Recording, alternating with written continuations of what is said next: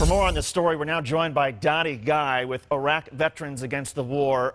Dottie, have you spoken with Kayvon today, and what are you picking up about the incident from your perspective?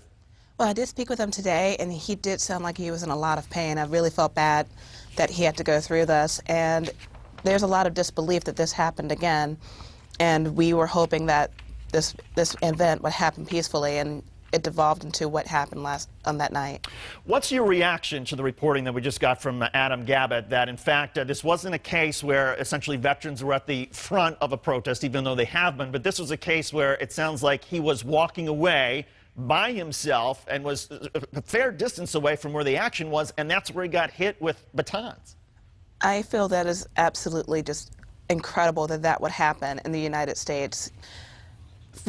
As you mentioned before, we did walk in the front of the Port of Oakland March, and we were there to defend our First Amendment right to peacefully assemble and the freedom of speech. And for a soldier to come back from war and have this happen to him, it's totally unbelievable.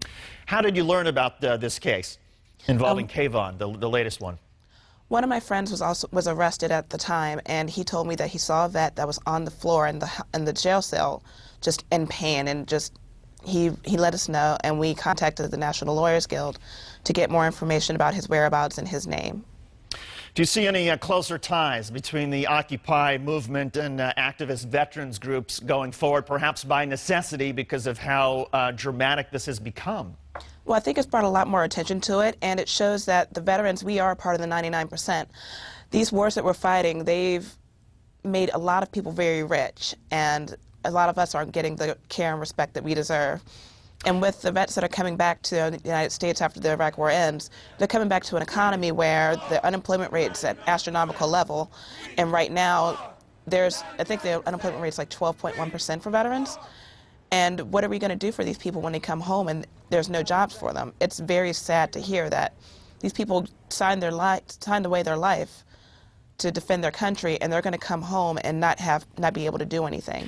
Dottie, suppose there are police officers in cities across the United States that are watching this interview now, and no doubt they will come face to face with Iraq and Afghan war veterans who are going to be at these marches. What's the one thing you want them to remember when they have these face-to-face meetings in the streets?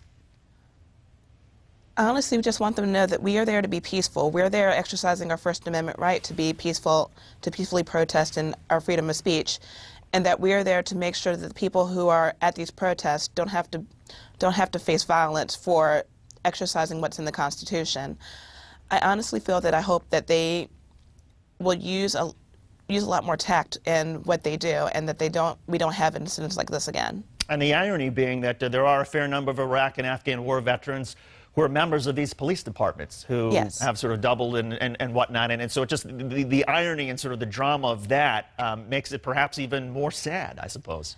Well, everyone has to work. I mean, if they feel that they should be working in the police department, I can't fault them. But I just really hope that they take this into consideration before they do any action that will cause harm to veterans or civilians. And then, Dottie, finally, you had the opportunity to talk to police. What about to fellow veterans out there, even some who may not necessarily quite understand or agree with everything that the Occupy Wall Street movement is about, but may be so outraged over the fact that one of their brothers or sisters, a veteran, has been injured again? What's your message to fellow vets? I just want to let them know that they have a voice and they should be able to be heard.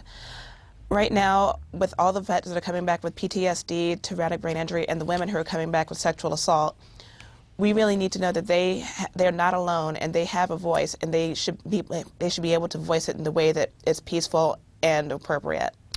Dottie Guy with Iraq Veterans Against the War. Dottie, thanks so much for coming on tonight. We appreciate it. Thank you for having me. You're welcome. Up next, the opportunity you have to occupy the financial system. Every day is bank transfer day, but this one is something special. And later, when the family you've named a bill after publicly condemns you and urges that your bill be defeated, perhaps it's time to back off. Not in Lansing, Michigan. What is wrong with them? This is Countdown.